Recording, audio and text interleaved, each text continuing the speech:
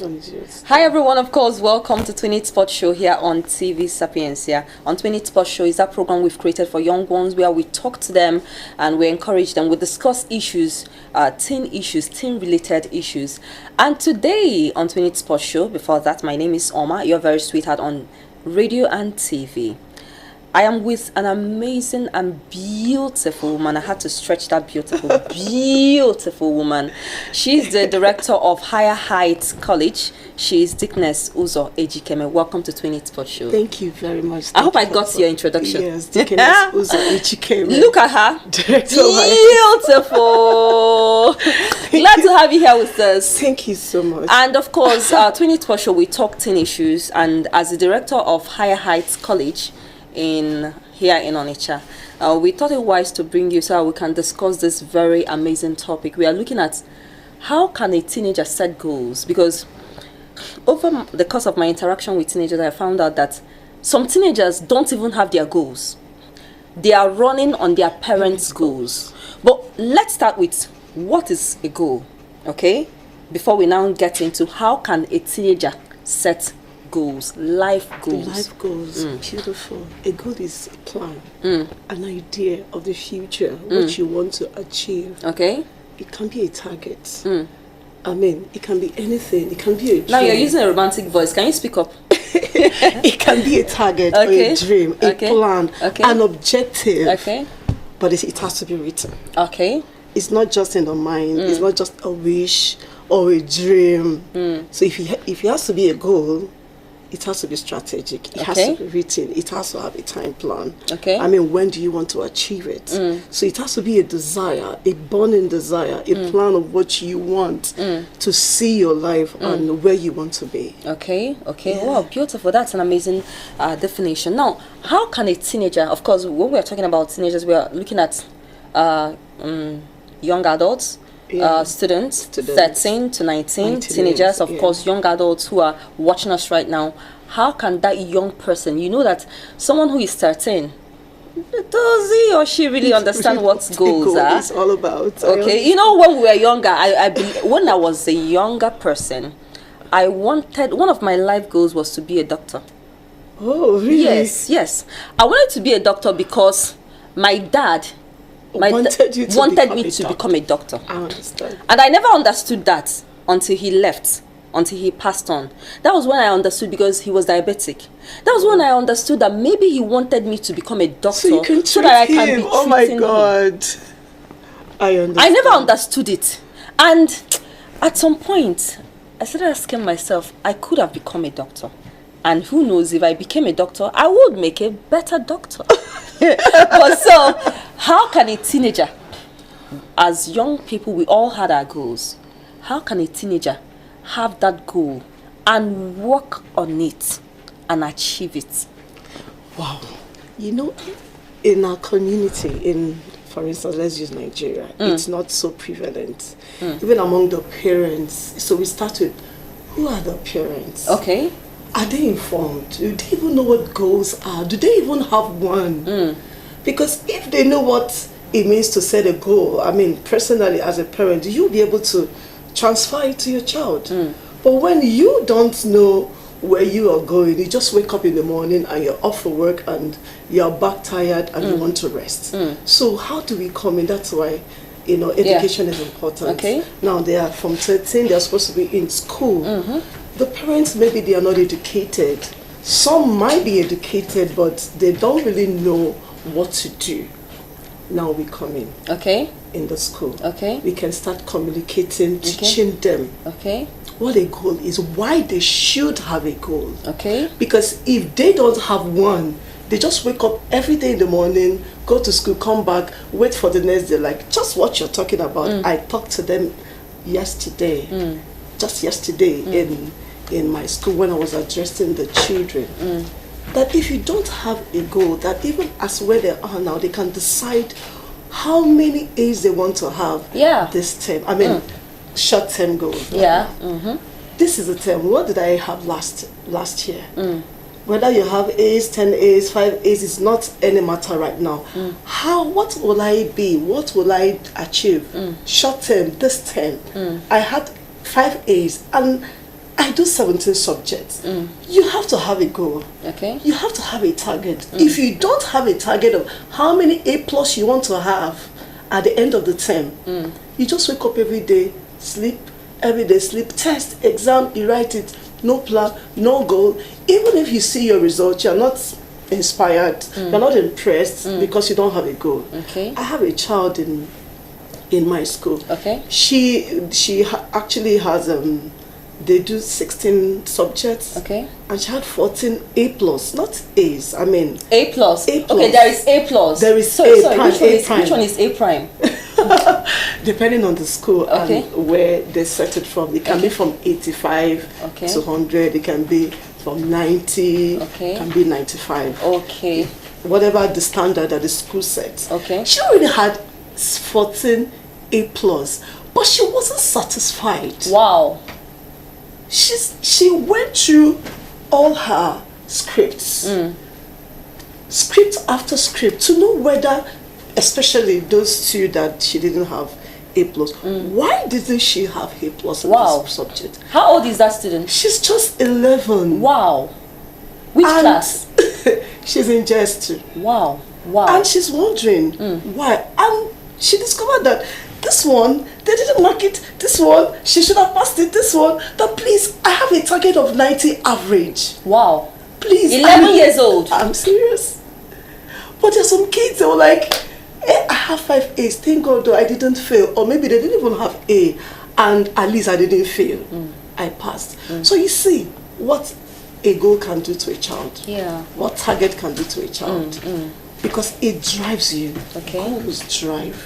It motivates. It keeps you focused to your plan. So if you want to deviate, no, the goal brings you here. So the school helps to communicate that. Now, for the past few months, I kept, talking to them. You don't have to be an A student. You should be an A+ student. Have that as a goal. I'm talking to them, I'm inspiring them, and all they think about, all they want to see, it's A+. I'm an A+ student. So we make that confession, they see it, put it down, write it down. I told them a few days ago, as in, if I ask you what your result was first term, and you're not able to tell me, what you got, that means you don't have a plan. Oh, wow. That means it's because you should have gone to that result, study it. So what did I have in chemistry, or basic science, or physics, or maths? I got 70 or I got 65. No. I shouldn't have gotten 65. I should take it up to 85 or 90. So now you know exactly what all the subjects you passed. Yeah. So now because you know where you're going to. Now I have 80 as an average. Okay. My target is 95 average. Okay. If you don't know where you're coming from, where will you know where you're going to, or how you will get there? Yeah. You need to have a plan, A vision. So you can imagine at that level, someone is not thinking about, thank God I passed. It's not about passing now. It's about being excellent. It's about 16 A+. I want to hit 100%. So that already is a driving factor in that child. So if in a home the parents are not able to, maybe because they are not informed or they don't know as much, the school can actually help. Okay. Can teach the child. Okay. It can pen your goals down. Okay. You can have a to-do list every day. Okay. How do you want to achieve this? It's not just about telling them to have a goal. You need to guide them in setting those goals. Okay. It shouldn't be vague. I want to become a doctor. That's all. Or I want to. You have to teach them everything about setting goals. It has to be specific. And most students, not really most, children spend the majority of their time in school. One of the days I sat down to calculate how many hours kids spend in school. For example, in Anambra State, in Onitsha, I know that some kids leave their houses, if it's kids that go by, they use the school bus, 6:30, 7, they're off, okay, and they come back in the peculiarity of Onitsha. Sometimes they come back by 5, 6, sometimes 5:30, 6. 7. So most times, some children spend 10 hours or even 11 hours away from home. So the school are always in charge of them. at that time, the school takes a huge responsibility. Exactly. And the school should, we expect, even though, yes, a lot of parents, they now relegate their duties to the school. Exactly. Okay, but we are looking at the child, we are looking at the teenager. What can we do to ensure that the teenagers from this climb, that they set their goals? What are those steps that can be taken as a school director? What are those steps that can be taken to ensure that a teenager sets life goals? Beautiful. I mean, because, right now we want to have future leaders, okay, that know where they are going to. Yeah, sure. And how to impact their world. Because if a child, it starts from being a teenager. Yeah. If when they were teenagers they didn't know how to, set goals and know what to be in life, when they get there, it becomes the same story you see in Nigeria today. Yeah. That is questionable. So right now we want to build teenagers that are goal-oriented. Okay. That know what to do, where to go, how to get there. Okay. It starts in education, okay, in teaching them. Okay. In the school. Okay. I'm also talking to preparatories and other schools. Sure. They can, because these are people, they are with us every day. Yeah, sure. So it starts with us, the teachers. First of all, we the directors, the owners of the school, we have to have that impact on the teachers, because if they don't know how to do these things, if they don't have knowledge or information on how to say go, they won't be able to pass it to the children. So we start with them, the importance of setting goals. Now we have to teach them. Okay. They need to be informed. Okay. Because information is key. It's very vital. How do you set these goals? What are the parameters? How can you ensure that you keep reviewing the goal? Sometimes if you put long term and short term, there's short term and there's long term. Long term, sometimes if you don't attach short terms to it, it can discourage, because it's 5 years, 10 years, So we train them how to at least set those goals within 1 month, within 3 months, something they can, if they achieve it, they are excited. It builds, because goals, when you achieve something, it builds your confidence that you can do more. You mean, I did it. I set it, and the excitement and the relief and the joy in the kids, right? The kid drives them to want to do more. So you mean this works? Sorry, let me take it from there. Yes. As a school director, is there such a thing as a dull child? No, we don't believe that. The truth is that that is one thing that that's the basis of that my school. There is no dullard. Okay. As a matter of fact, we don't believe that a child is dull. Every child has something upstairs. Yeah. It's intelligent. We need to start telling them, because a lot of times it's based on the information and the things that they have heard, maybe from their homes. You don't know anything, you can't even get this thing right. Can sometimes affect the child. Yeah. So in the school, we tell them, oh my God, you can achieve it. You can do it. You can actually read and understand. You can read on your own. You can write this exam on your own without looking at someone's paper. You have all it takes to do it. So it starts with their belief system and how they think, their mindset. So we start correcting that. First of all, there's no dull child here. Everyone here, you can actually catch whatever your teacher is teaching. You can be the best.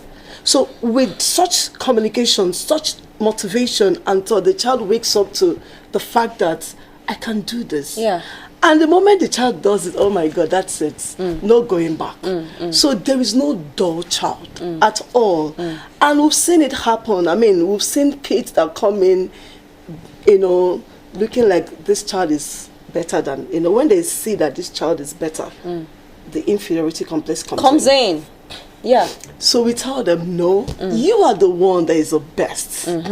You are the best in your class. Okay. You are the best in this class. It doesn't matter if you have 20 A+ in that class. There is room for every child to at improve. the top. Yeah. Come on, if I come to a class and I have 10 10 of them that's 16 A plus. Oh my goodness me, what are you talking about? We celebrate. Yeah. Because there's no child there's no dull child ever. Correct. And I think a lot of school directors and managers should get that, because I know I've come across people who say this child is dull, that child is dull. And sometimes what they do, and it affects those children, even in setting their goals, they don't believe in themselves. Exactly. Sometimes what they do in the school is that they set a class. This is for the A class. Yeah. The class that is intelligent. Yes. This is for the average class. Yes. And this is for the. They do it physically. So the child in that class, which is, when am I going to get to A class or this second class? So already it has built, this stronghold. So I think we shouldn't do that. Yeah. Every class, every child is intelligent. So the teacher in that class already knows their capacity and tries to help them at their level, bring them up. So we don't separate, this is the most intelligent, so they should be in A class. Now the next level should be in B class or C class. No, you don't do that. Wow. So it's important, directors of schools should look into the way the child is growing, because it's key. Yeah. It's key. They leave that school and they are ready to face the world. What's their self-confidence like? How battered. Let me shock you. You just made a point that struck home. Do you know, in my JS when I was in 1E, we had JS 1A, B, C, D, E. I don't know why I was placed in 1E. I don't know whether it's because I came late. Because by the time I resumed, they've already started school. So maybe that's the class where there was space. But the thing about it is that I met a friend in that 1E. After 1 week of being in that 1E with us, she was taken to 1C. So what happened? Her auntie teaches in that school. Okay? They moved her from E to C, saying that E are for unserious. Oh my God. JS 1. Oh my God. And I was in that 1E, JS 1E, JS 2E, JS 3E. Yeah, it was in SS1. I can't remember again. Maybe in SS1 we now chose classes. I was now moved to SS1C. Okay. Then when we got to SS2, we now chose whether you will be in sciences or arts. So you can imagine the 3 years. Imagine, and throughout that 3 years, E was referred to as dullards. Oh my God. Teachers will come to our class and they will even say to our hearing that they prefer A's, that if you're talking, they already understand. If you're A, B, C, they are the brightest in our class. So those of us who even took the first position or second position or third position, we are just on a different pedestal. And schools do these things without knowing the impact on children. You can imagine. I'm just wondering the 3 years of torture. Just imagine it. You're going back home feeling you're not the best. But anyway, feeling just like we're changing but things. I never really saw it in that angle. It's now that you're talking about it that I started thinking about it. Yes. We shouldn't do that. It's not right. Every child has a right. Do you understand? To every information, because sometimes they focus on those kids. True. They focus on them because they want them to go out for competitions. True. They want them to, make the school proud. So they focus on them. Yeah. Give them lessons and leave these people behind. Yeah. So I tell them, everyone here is a candidate for competition. Yeah. There's no child. You're bright. You are excellent. You can do it. So when you keep talking to this child, it makes the child, I'm home. Thank you. And the child will start thinking of what to even become in the future. Oh, yes. And it becomes clearer. The goals become clearer. Yes, when you're talking about setting goals, they know that they can achieve being a medical doctor. That is profession. If you're a doctor or an engineer or a lawyer, But if you keep telling this child you're a dullard. How in the world would the child believe I can be a medical doctor? Because it's for those people that read, that are intelligent. So what do? After SS3, there's a dropout. Because they believe, that's why we have dropouts today. I mean, they're done with SS3 and they want to do business. Okay. Because they don't believe that they know something. They don't believe that they can further their education. And this springs up from the communication. All that they have been hearing, both from home, from school, you know. So if the school has a major part of the child, the number of hours they spend, I mean, the school should have a role in shaping and molding the character of these things, because these are our future leaders. So we are not playing with their future at all. Whatever building blocks we have today, it's important because it's going to wait for them in the future. Yeah. So if we don't build the foundation right, if you don't lay the blocks, just like a man building a house, I mean, so they're building it on a sand, what happens? No foundation, it collapses. It will collapse. So Definitely. we need to put the right foundation, Yeah, and start putting the right building blocks, setting the characters, all right, the attitude. I mean, so we all have a role to play. We all have a role to play. Of course, you're still watching Twin Sports Show here on TV Sapienza, and we've been talking building life goals, setting goals for teenagers. We'll be right back after the short break. Kindly stay with us.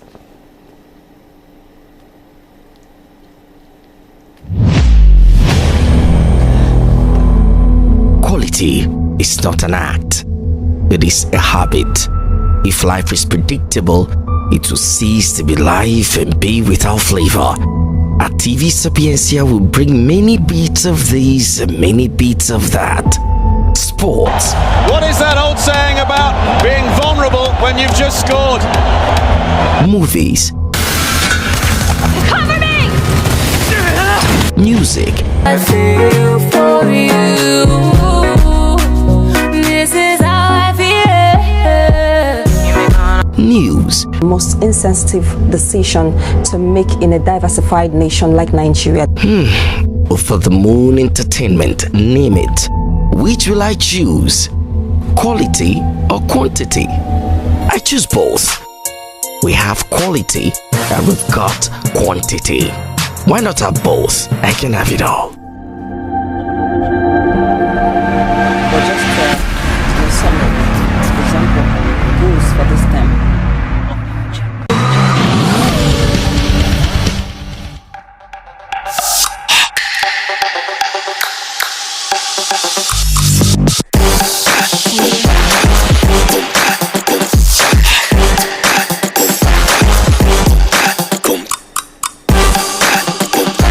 Back to Twin Sports Show. All right, and it's really been an interesting discussion today, because with me, Deaconess Ejikeme, who is the director of Higher Heights College, located here in Onitsha, and she has given us such an amazing insight. And one of the things she said is communication. What do you tell that teenager? What you tell that teenager will help that teenager to set goals for his or her life. Now, we don't have too much time. I think we have just like barely 4 minutes to be out of the program. So, in a quick recap, what advice do you have for teachers, school owners, and parents to help teenagers set life goals? Beautiful. The parents first. I mean, because they're coming from home. Okay. The parents need to also, help out, the things you tell your child, they should also, make the child understand that there's a future. Okay. You have a future and you can actually accomplish a lot. Yeah. They might not be able to help them set the goals, but if they can, why not? Okay. Don't give them your goals. Don't make them, do your thing. They are teenagers. They know what they're doing. Yeah. They don't like being, but you can guide them,